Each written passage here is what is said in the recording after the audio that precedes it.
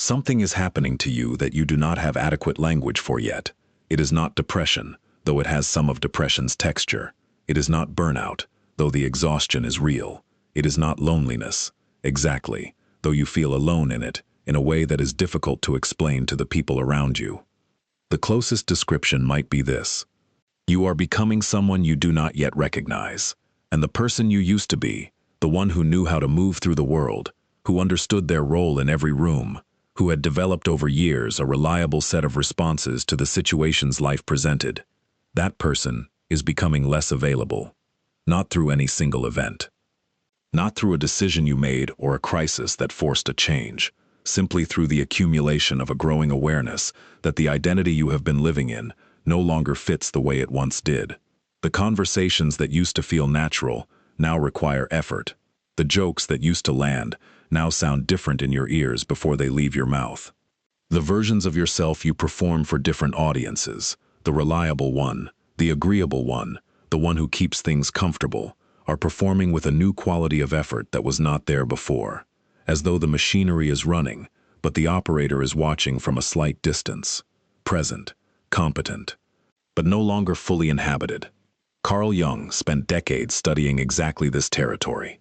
Not the dramatic collapse of identity that arrives through obvious crisis. The quieter, more disorienting dissolution that occurs when the self that was constructed for survival begins to outlive the conditions that made it necessary. And what he found, documented through hundreds of cases and his own profoundly examined personal history, was that this dissolution, however destabilizing it feels in the middle of it, is not the emergency the ego insists it is. It is the beginning of something. Not a better version of the same identity. Something genuinely new, something that could only become available through exactly the dissolution that is currently making you feel like the ground beneath you is less solid than it was. This video is about what that something is, and about why the dying of the old identity is the necessary precondition for its arrival. To understand what Jung was describing, you have to begin with what an identity actually is, not the philosophical version of this question. The practical, developmental, deeply personal version. An identity is not something you chose. It is something that formed. Through the interaction of who you genuinely were, your actual temperament, your actual sensitivities, your actual way of engaging with experience, and what the environment you were placed in was able to receive and reward. And these two things are almost never perfectly aligned. The genuine self rarely fits the available environment without adjustment. So the adjustment happens. The parts that generate warmth get emphasized. The parts that generate withdrawal or conflict get suppressed. The qualities that earn belonging get developed. The qualities that threaten it get buried. This is not a failing. It is the ordinary, necessary, entirely human process of becoming socially functional, of developing the capacity to exist in relationship with others without constantly generating friction that the relationships cannot hold. Jung called the result of this process the persona, the social mask, the functional interface between the genuine self and the demands of the social world. And he was clear that the persona is not a lie, it is a necessity. Every human being has one. The pathology begins not with the persona's existence, but with its calcification. With the moment when the mask stops being something you wear in order to function and becomes something you believe yourself to be. When the performance stops feeling like a performance, when the adapted version of yourself becomes indistinguishable from the inside, from the actual you. And this calcification happens to almost everyone. Because the adaptation that produced the persona was successful. It earned warmth. It earned belonging. It earned the confirmation of being accepted. And successful strategies do not come up for review. They simply continue, running automatically. Shaping every interaction, producing the social outcomes they were designed to produce, until, for some people, not all, but the ones Jung found most interesting, something begins to change. The change does not begin with awareness. It begins with friction, a specific quality of friction that is different from ordinary social difficulty. Not the friction of conflict with others or the friction of circumstances that are genuinely hard, the friction of incongruence, of a gap between what you are presenting and what you are actually experiencing that has grown large enough to produce a physical quality of effort. You know this friction. You have been feeling it for longer than you have had language for what it was. It is in the conversation that flows correctly, but leaves you feeling somehow less than when it began. In the social gathering where you perform engagement that is technically accurate, but internally hollow. In the relationship where you occupy your role with apparent success and feel, underneath the success, the specific tiredness of someone who has been doing a job for a very long time. This friction is the first signal. Not that something is going wrong, that something is going right.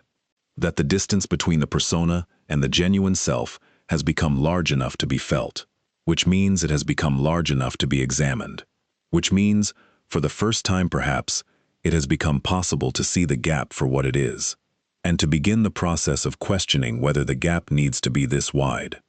Jung believed this questioning, this first genuine examination of the persona as a persona, rather than as simply who you are, was one of the most significant moments in psychological development.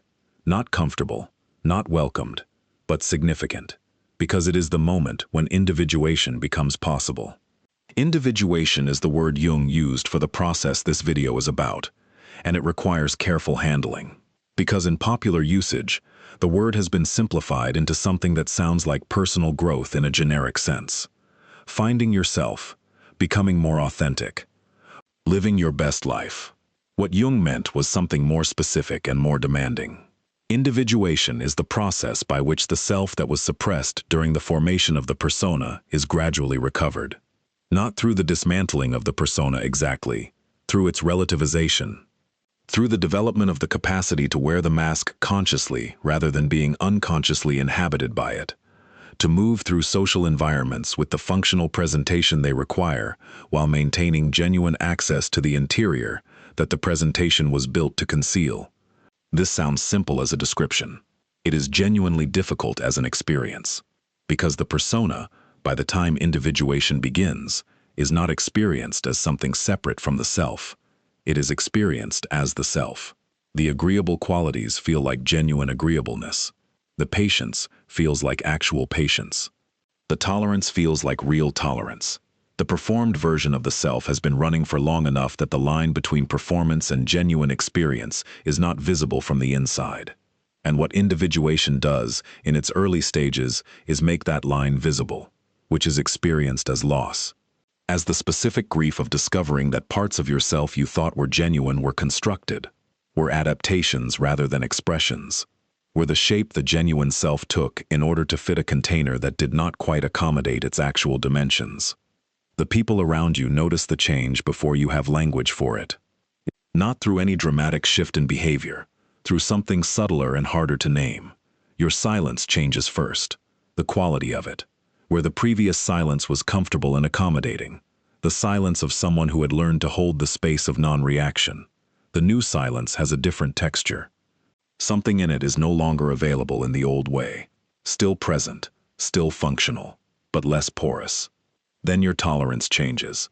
The things you could absorb without registering them now register, not as dramatic reactions, as a quality of attention that is slightly different. A noticing where the previous version would simply have passed through. Then the performances begin disappearing, one by one, not with announcement, just with an absence. The laugh that would have appeared does not appear. The explanation that would have been offered is not offered. The reassurance that would have been produced is not produced. And people feel the absence before they can identify what is absent, because what is absent is not any specific behavior. It is the person who was always willing to provide whatever the situation seemed to require, who calibrated themselves to the room without visible effort, whose presence was comfortable precisely because it was so consistently organized around other people's comfort. That presence is becoming less consistently organized in that way. And the people who had built their relationship with you around its reliability begin to experience a quality of disruption they cannot quite locate. Jung observed something about the social response to this shift that is worth examining directly, because it is one of the most painful aspects of the process. And one of the least discussed. The people who resist the transformation most actively are almost never the people you would identify as your adversaries. They are the people closest to you, the ones who have known you longest, who have the most developed investment in the version of you that is changing. And their resistance does not look like opposition. It looks like concern. It sounds like love. Are you okay? You seem different. I miss the way you used to be. What happened to you? These are not manipulative statements in most cases. They are genuine expressions of disorientation. The person has built something real around the version of you that existed before.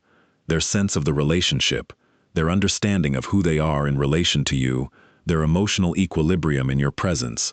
All of this was organized around a particular configuration, and the configuration is changing.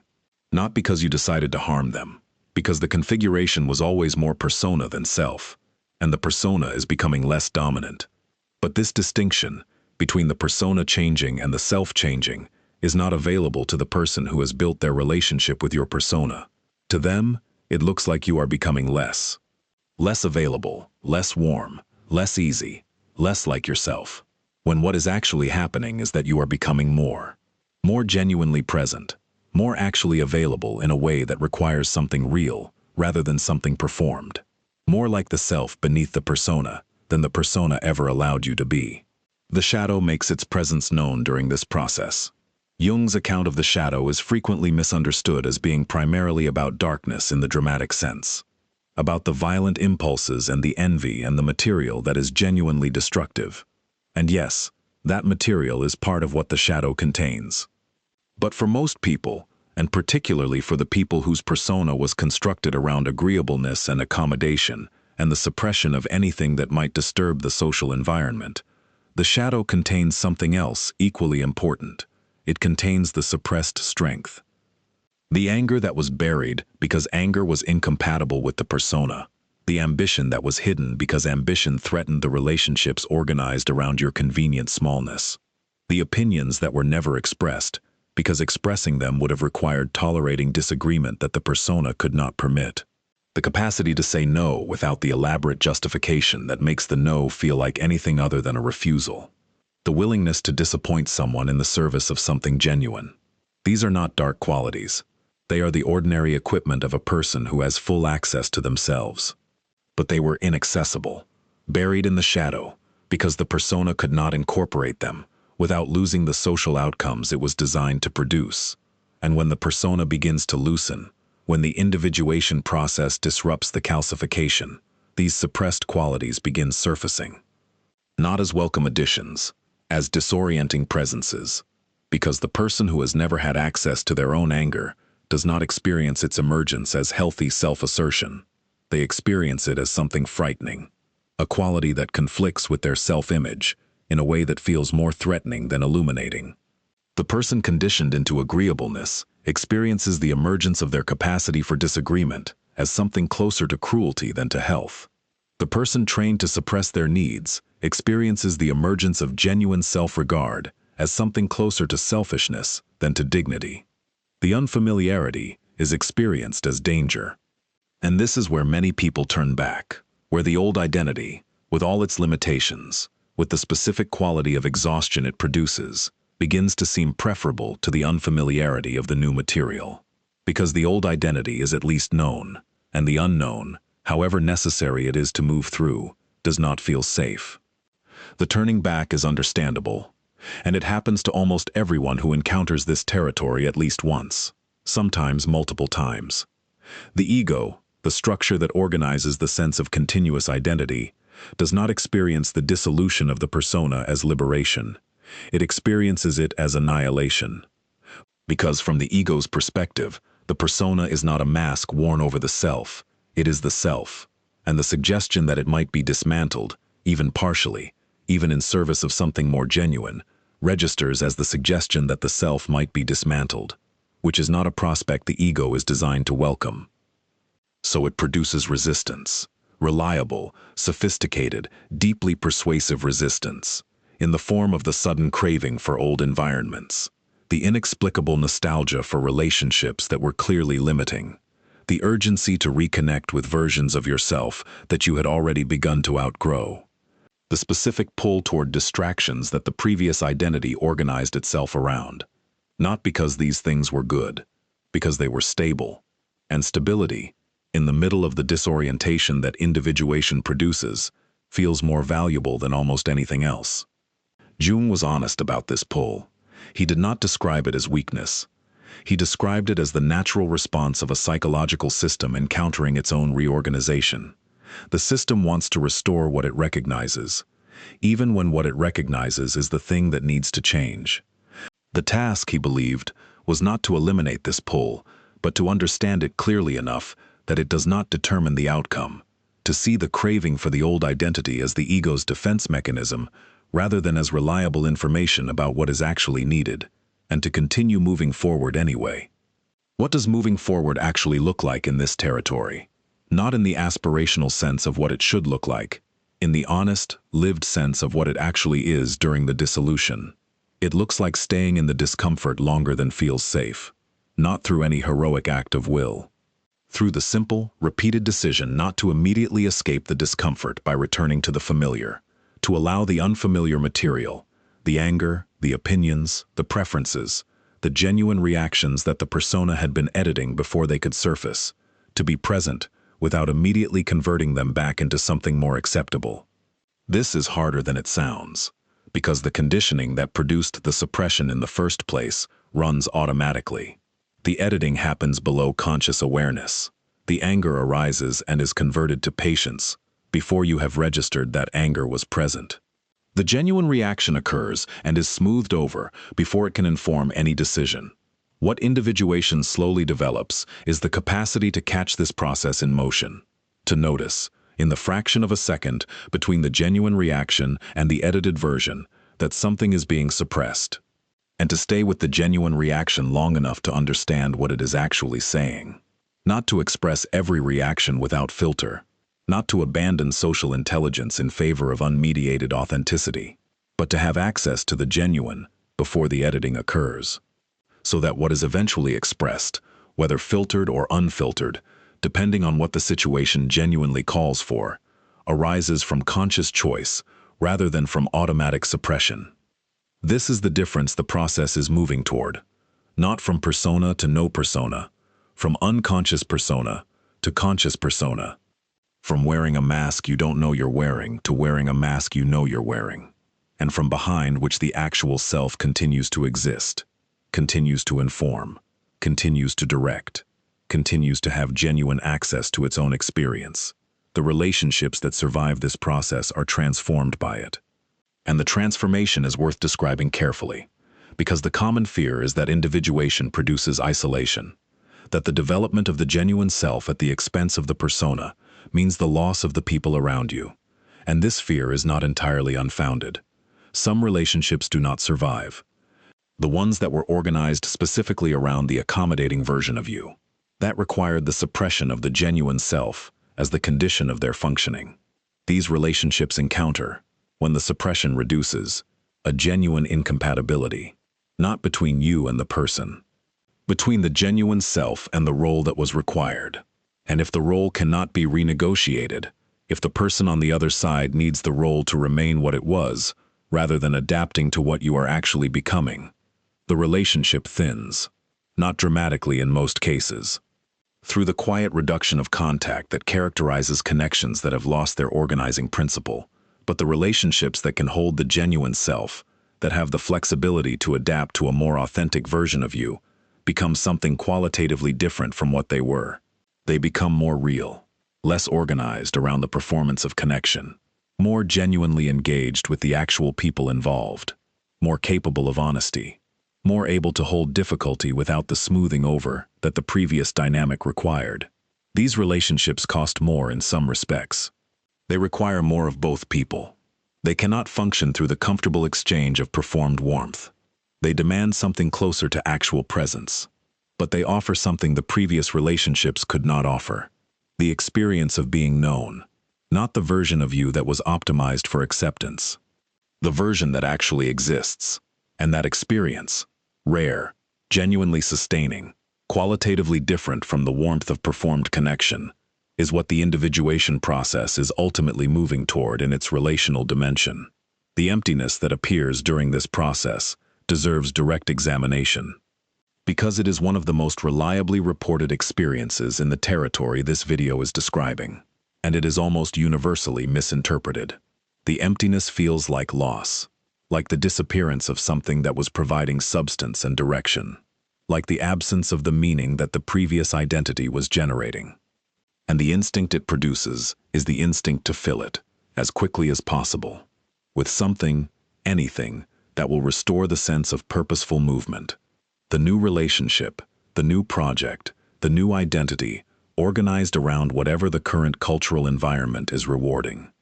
Jung's observation was that this filling impulse, however understandable, is precisely what prevents the emptiness from doing what it is actually there to do.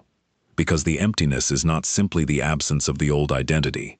It is the space that the old identity was occupying, the specific dimensions of a room that has been vacated. And if the room is immediately refilled, if the space is occupied again before anything new has had time to form in it, the new formation cannot occur. The emptiness needs to be stayed in, not forever, not as a permanent condition, but long enough for what wants to emerge. Long enough for the genuine self, the one that was suppressed during the formation of the persona, that has been accumulating in the shadow across the years of the persona's dominance, to begin expressing itself into the available space. This emergence is not dramatic. It does not feel like revelation. It feels like small things, a preference that surfaces without being checked against what is acceptable, a reaction that occurs and is allowed to be what it is, rather than being immediately converted into something more manageable, a direction that presents itself without the need for external validation before it can be trusted. These small things accumulate, and what they accumulate into, over time, is not the fully formed self that the rescue fantasy imagined would arrive whole and complete. Something more honest and more durable than that. A self that is in genuine development, that is becoming something rather than performing something. That is discovering its own actual contours rather than maintaining the contours that were imposed. Jung described something he called the transcendent function, the capacity that develops when the conscious mind is held in genuine tension with the unconscious, when neither is allowed to simply dominate, when the persona is not dissolved into formlessness, but also not allowed to continue its complete suppression of the genuine self, when both dimensions, the social and the genuine, the adapted and the authentic, the mask and the face behind it, are held simultaneously. And from the tension between them, something emerges that could not have emerged from either alone. A third thing, not the persona, not the raw unconscious content, but a genuine synthesis, a self that can move through the social world with the functional competence the persona provided, while maintaining genuine access to the interior that the persona was built to conceal. This synthesis is what the individuation process is moving toward, not as a destination exactly, as a direction, a continuous, never fully completed movement toward greater integration of the genuine self into the lived life. And the powerful thing that takes the old identity's place is not a new identity in the same sense. It is something more like presence, the capacity to be genuinely in your own experience, rather than observing it through the mediation of a performance, the capacity to respond from what is actually present in you, rather than from what you have calculated would be the most acceptable response, the capacity to be moved by things without losing yourself in the movement, to be in relationship without being organized around what the relationship requires you to suppress, to live in the social world with all its genuine complexity, while remaining genuinely accessible to your own interior. The powerful thing that takes the old identity's place does not announce itself. This is perhaps the most important thing to understand about this territory. The cultural narrative around transformation tends to describe a specific arc, the struggle, followed by the breakthrough, followed by the clear arrival at something new that is unambiguously better. Jung's account was more honest than this. He described the process as ongoing, not completed at any single point, not producing a final state of achieved wholeness that can then be maintained with less effort, continuing, requiring, throughout the life, the same quality of attention to the gap between persona and genuine self, the same willingness to stay in the discomfort of the unfamiliar rather than retreating to the familiar, the same capacity to allow the shadow material to surface without immediately converting it back into something more acceptable. What changes is not that this work becomes easy. What changes is that the person doing it becomes more practiced at it, more able to recognize the territory, more familiar with the specific quality of disorientation that indicates something genuine is trying to emerge. more capable of distinguishing between the ego's alarm at transformation and actual danger, more comfortable with the specific kind of uncertainty that genuine self-knowledge produces. Because genuine self-knowledge does not produce certainty, it produces honesty. The honesty of knowing what you actually feel, rather than what you have decided to feel. What you actually want, rather than what you have learned, it is acceptable to want. What you actually are, rather than what you have been performing. And this honesty, accumulated over time, produces a quality of engagement with your own life that the persona, however stable, however functional, however successful at producing its intended social outcomes, could never provide. Because the persona could only produce the appearance of a life. The genuine self, however incomplete and in process and imperfect, produces the actual thing. There is a final quality of the powerful thing that takes the old identity's place, and it is one that most people in the middle of the dissolution cannot see, because it requires a vantage point that the middle of any process cannot provide. The view from the other side, what people who have moved through genuine individuation report, with a consistency that transcends the differences in their specific histories and circumstances, is a particular quality of relationship to their own experience, not the absence of difficulty, not the achievement of some permanent peace that the work has earned, something more specific and more useful, the capacity to be present to what is actually happening, to experience the actual texture of the actual life being lived, rather than the managed, edited, optimized version of the life that the persona was producing. This presence is not comfortable in any simple sense. It includes full access to the difficulty as well as the ease, the grief as well as the satisfaction, the genuine complexity of actually being a person in the world, without the protective blurring that the persona was providing. But it is real, in a way that the performance was never quite real, and real, as Jung understood it across decades of watching people move through the painful and non-negotiable work of becoming who they actually were, is always worth the cost of the unreality that preceded it, even when the cost is high, even when the dissolution is genuinely disorienting. Even when what is lost, the old identity, the comfortable relationships, the familiar social role, was providing something that genuinely mattered. Because what takes its place is not a better version of the same thing. It is something genuinely different, the self, actual and in process and imperfect and genuine. Finally, and for the first time, genuinely present in its own life. If something in this gave language to something you have been living through without adequate language, leave one word in the comments that describes what is dying in you right now, because naming what is ending is how you begin to make room for what is coming.